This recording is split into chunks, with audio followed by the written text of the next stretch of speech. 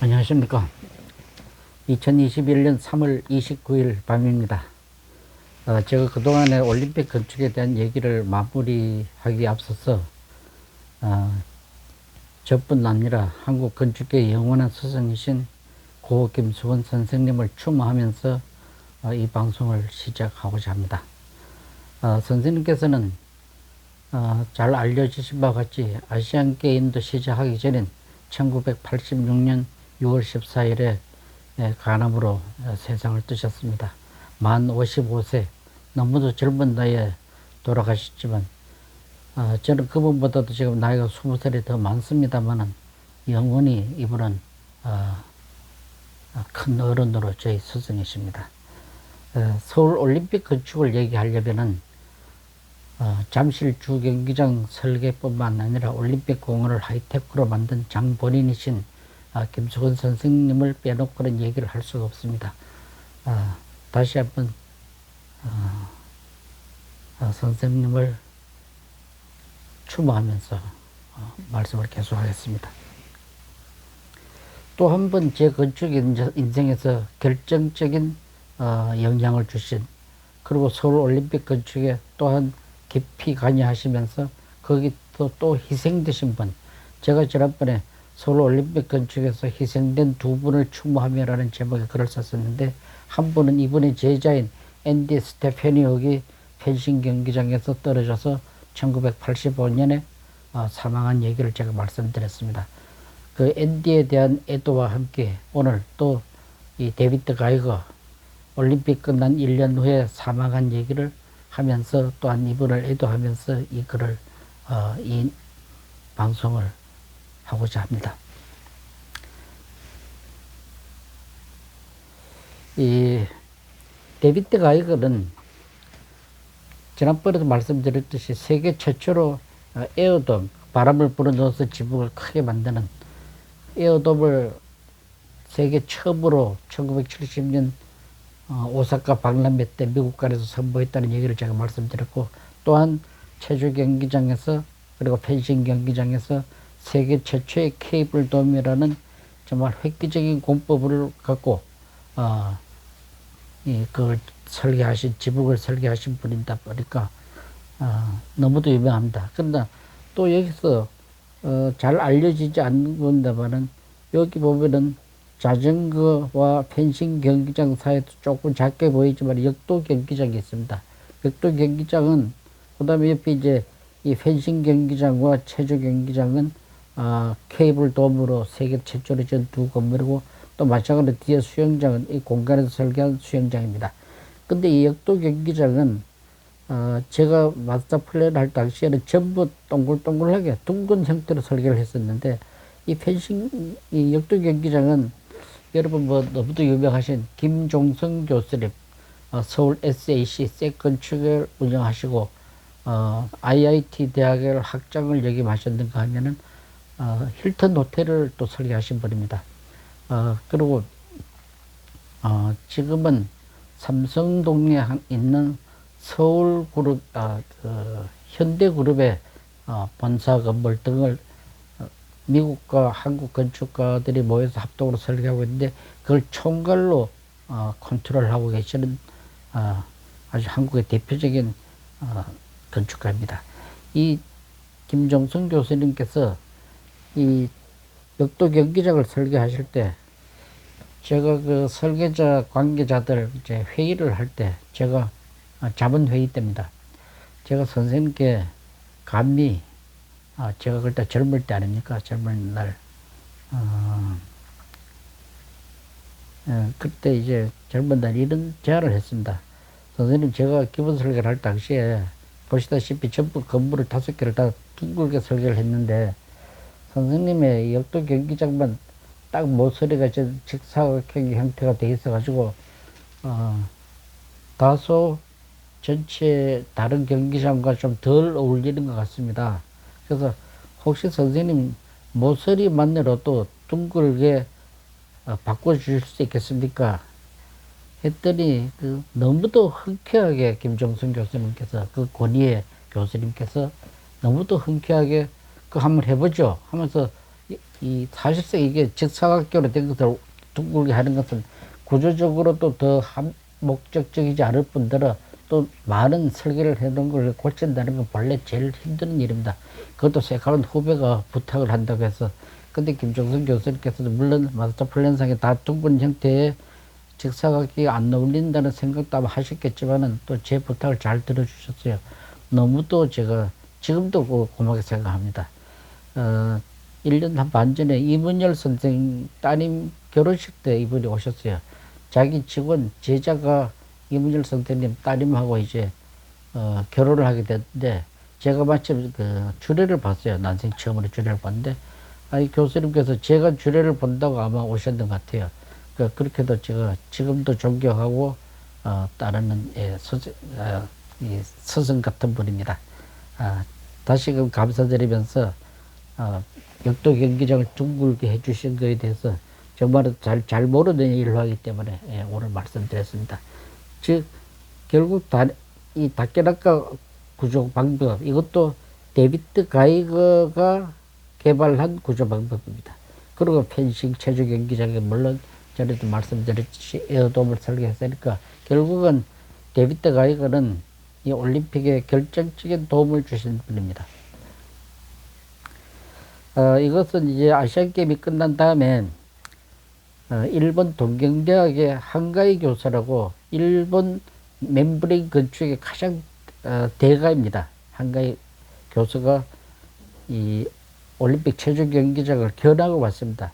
제가 이 앞에도 제가 설명하고 있는 장면이고 한가이 교수 그 일행들인데 일본 사람들 일행들인데 이 한가이 교수는 어떤 분이냐 하면은 앙고라 와트를 전부 유리 도움으로 씌우는 프레젠테이션을 했던 계획을 했습니다. 실현되진 않았습니다만 그건 획기적인 아주 하이테크 건축의 일본을 대표하는 사람인데 아쉽게도 80년대 말인가 90년대 초에 사망했습니다.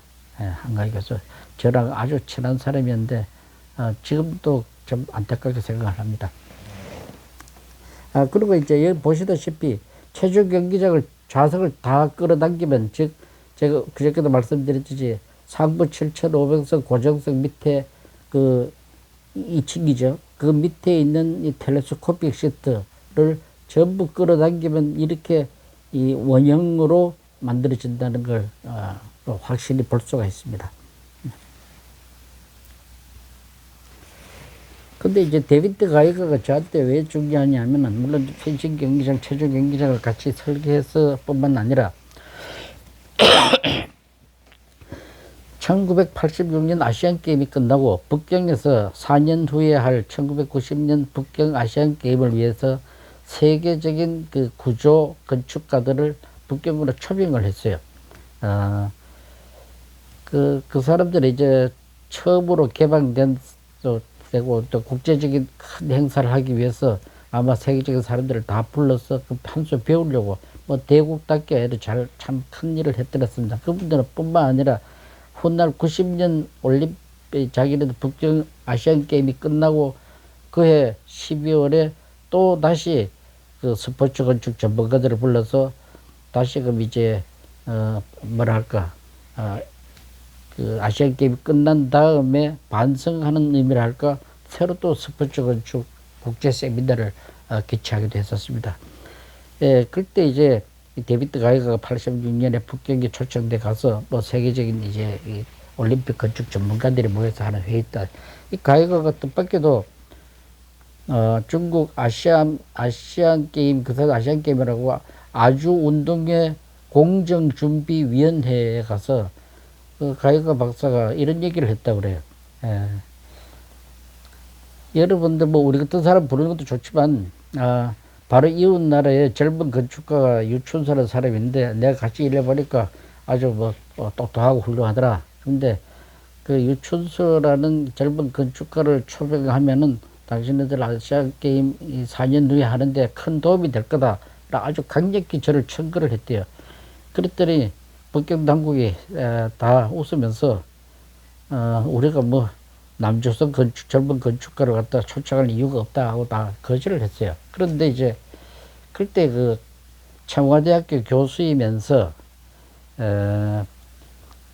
본래 대만 대만에서 건축과를 졸업하고 미국에 가서 또 건축 공부를 하고 캐나다에 가서 뭐랄까 건축 활동을 이민을 가서 다시 캐나다로 간 사람인데 펑베건이라고 했습니다.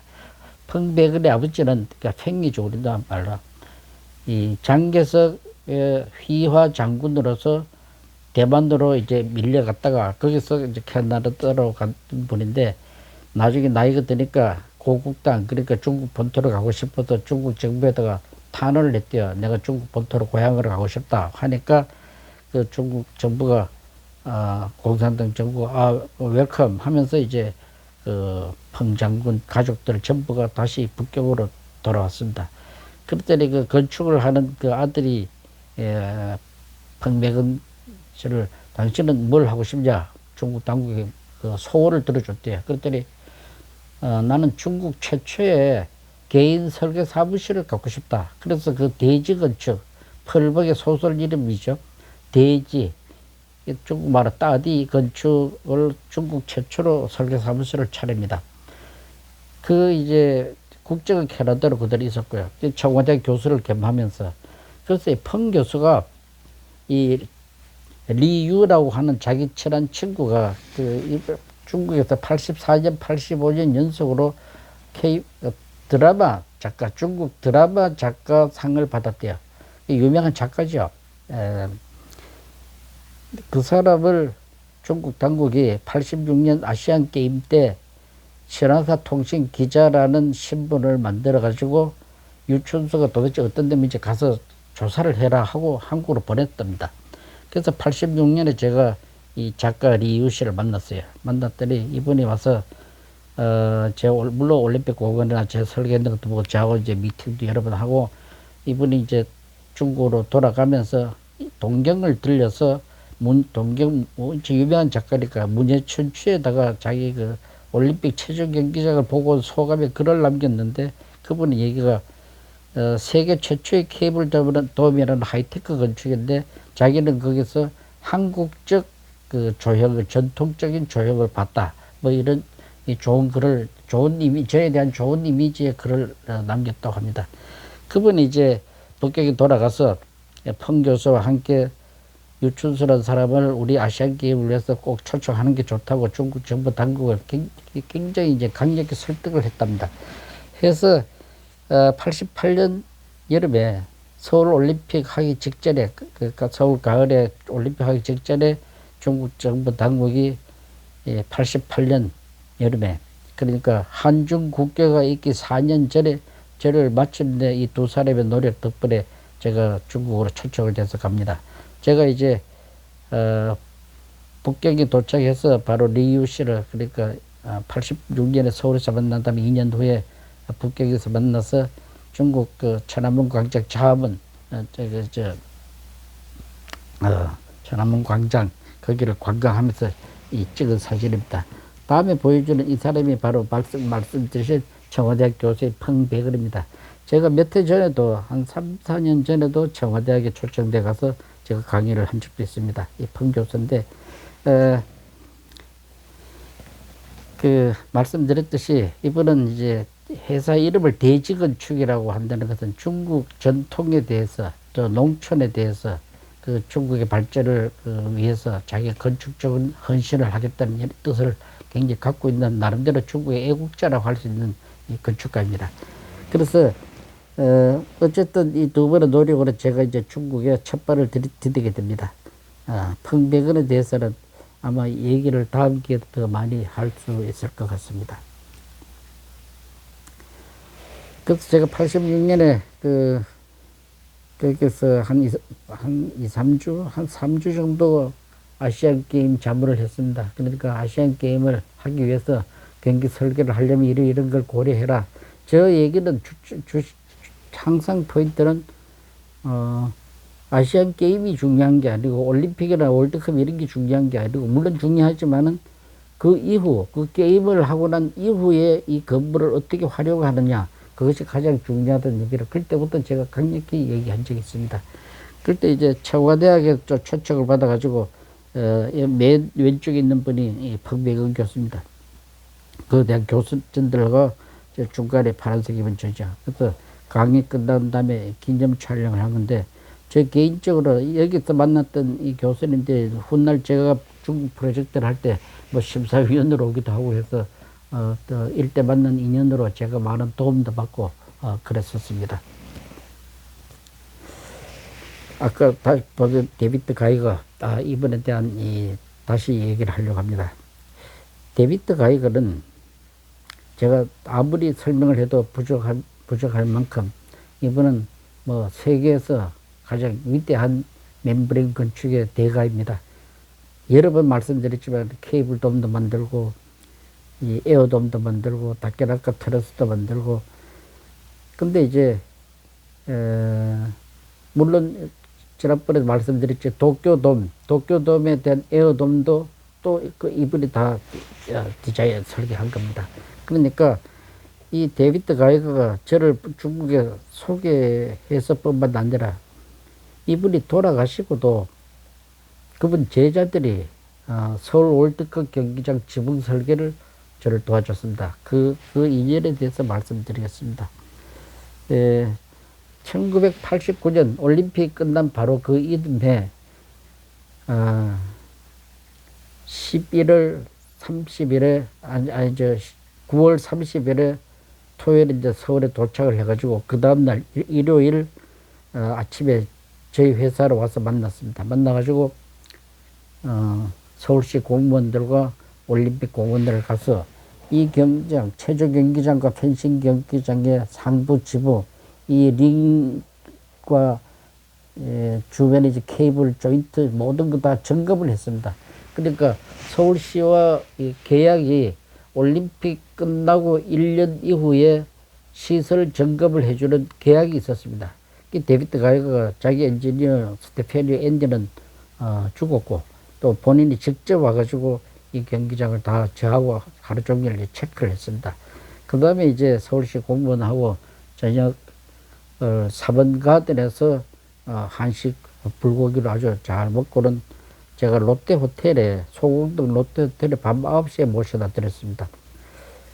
그리고 저는 집에 그때 과철이었었는데 한 10시쯤에서 금방 제가 집에 도착하자마자 금방 롯데 호텔 측에서 전화 왔어요. 뜻밖에도 데비드 가이거가 사망했다고. 얼마나 제가 거짓말 같은 말에 충격을 받았겠습니까?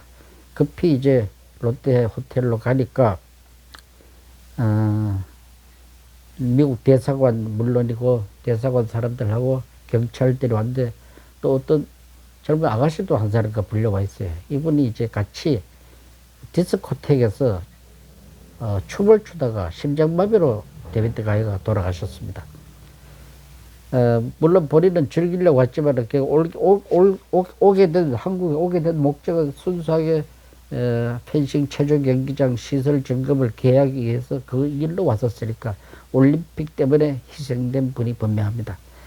그분이 너무도 황당하게 돌아가시니까 심장마비로 돌아가셨지만 주머니에 있는 비상약이 있었는데 그걸 또 아무도 알 수도 없고 그래서 그냥 돌아가셨는데, 돌아가시니까 제가 이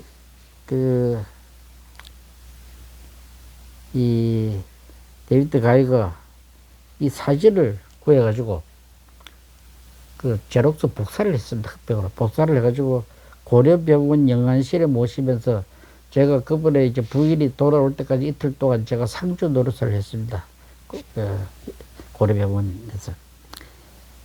그러니까 그 부인이 오고 또 가이거 직원들이 제 그 장면을 보고 영안실을 제가 지키고 있으니까 사진을 이렇게 걸어놓고 굉장히 그분들이 지금도 그렇습니다만은 제가 마치 그 회사 어떤 그 형제와 같은 그런 이미지를 그쪽에서 갖고 있습니다. 그래가지고 너무도 고마워하면서, 그리고 또 가이거는 저를 중국 땅에 소개를 해가지고 결국 제가 이제 중국에 진출하게 된 결정적인 또 공로자였고, 다시 말씀드려서 서울 월드컵 경기장 지붕 설계를 그 제자들이 적극적인 노력으로 도와줬죠. 오늘날 서울 월드컵 경기장이 만들게 된 결국 데비드 가이거의 도움을 아닐 수 없습니다. 네.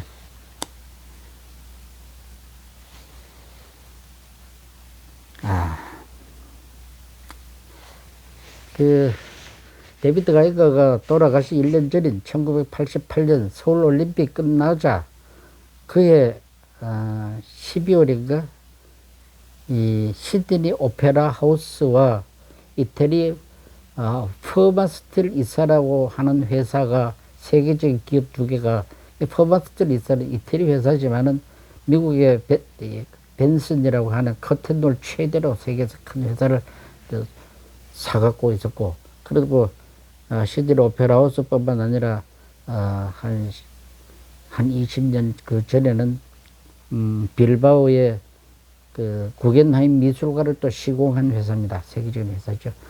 그 두 회사가 세계 하이테크 건축에다가 저런 국제 건축상을 만들었습니다. 그 상 이름이 글씨가 잘 나오면 쿼터나리오 88 그때 88년대 쿼터나리오라는 국제 건축상을 만들었습니다. 그래가지고 한 5, 60개국에서 70몇 개 작품이 왔는 중에 거기서 이제 최종 파이널리스트 5개 그러니까 은상 후보자 5개를 선정하는데 제가 거기 뽑혔습니다. 여기 보시다시피 제가 이 상을 제출할 때 물론 우리 선생님 돌아가시기도 한 2년 반쯤 지난 다음입니다만 여기 제가 스페이스 그룹 오브 코리아 공간연구소 거기에 김수근 선생님과 그리고 유춘서라는 이름으로 제가 이거 체조 경기장에서 88년 서울 올림픽 짐내스틱스 홀 올림픽 체조 경기장이라는 얘기죠. 올림픽 경기장으로 제가 출품을 했었는데 뜻밖에도 제가 금상을 받습니다. 제가 그 금상을 받는 것도 물론 어마어마한 일이지만 누가 은상을 받느냐 하는 얘기가 저한테는 늘 굉장히 자랑스럽게 하는 얘기인데 저는 잠깐 말씀드린 적이 있다. 노만 포스터 영국 왕실에서는 서 노만 포스터도 약하다고 해서 로드 노만 포스터라 평균한테 어떤 백작의 칭호를 줄 만큼 위대한 세계 최고의 건축가죠. 로드 노만 포스터. 로드 노만 포스터가 은상을 받고 훗날 2000년 시드니 올림픽 설계를 총괄하는 필립 콕스 또 그분 부인은 세계 UIA 세계 건축가 연맹의 또 회장직을 맡을 때 두 부부가 다 세계적으로 유명한 건축가죠. 그 필립 콕스가 또 은상을 받고 또 이태리의 질리안이라고 하는 구조가가 또 은상을 받고 뭐 하여튼 그랬습니다. 그런데 제가 그 금상을 받았으니까 얼마나 영광스러운 순간이었겠습니까? 그날 그 기념으로 저 오른쪽에 보이는 여기 제 체조 경기장에 했던 판넬입니다. 판넬 앞에서 맨 왼쪽에 보이는 이분이 당시 호주 총독 미니언 스티븐 호주 총독 이분은 콜럼벙이라는 회장의 그 부회장이고 여기 흰 옷 입은 사람이 저고 여기 제 왼쪽 편 이분은 그 베니스 시장입니다.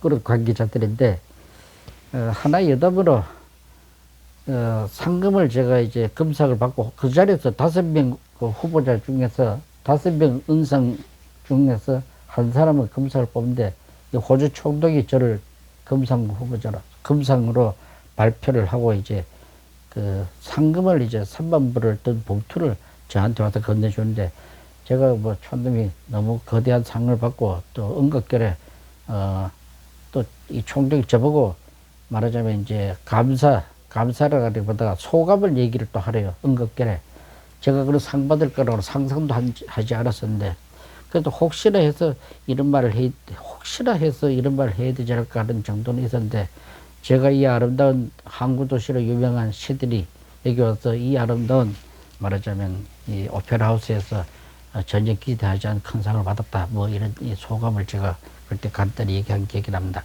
그러다 보니까 당황해가지고 돈 봉투를 땅바닥에 떨어뜨렸어요.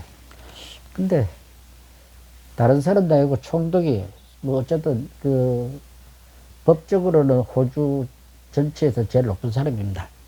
총독이 직접 와가지고 무릎을 꿇고 제 발바닥에 떨어져 있는 돈 봉투를 주서 또 저한테 전해주는 거예요. 그 사람들이 박수를 치는데 제가 이게 문화의 차이다. 우리나라 같으면 이런 일이 가능하겠는가. 뭐 그런 생각을 잠시 한 적이 있습니다. 그래서 저는 영광스럽게도 이 이 상을, 거창한 상을 받아왔는데, 이상하게도 받고 온 다음에, 옛날에 이대한 박사가, 세계적인 별을 두 개, 별에다 자기 이름을 새겼는데도 불구하고, 한국 천문학회 이런 데서 별로 뭐, 이렇게, 일본과 미국에서는 돈과 뭐랄까, 상장을 줬는데, 우리나라에서도 저한테 그렇게 축하해준 사람이 별로 없었던 기억을 하고 있습니다. 참고로.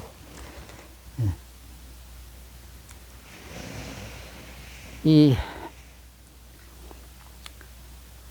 데비드 가이거가 89년에 돌아가시고, 그 이듬해 1990년 마침내 북경 아시안 게임, 제가 그 2년 전에 자문을 했던 북경 아시안 게임이 끝나니까 중국은 또 그 경기가 끝나자마자 또 세계 스포츠 건축 전문가들을 불러서 북경에서 스포츠 건축에 대한 심포지엄을 했습니다. 심포지엄 for 뭐 스포츠 아키텍처. 제가 그때 연사로 초청됐을 때 사실입니다. 말하자면 제가 본격적으로 중국 건축계의 이름을 좀 얻기 시작하면서 중국의 많은 프로젝트를 하게 되는데, 체조 경기장에 대한 후일담 조금과 더불어 제가 중국에서 어떤 일들을 어떻게 했는지 뭐 이런 얘기를 계속해서 할 얘기입니다. 그동안 경청해 주셔서 정말 감사합니다. 고맙습니다.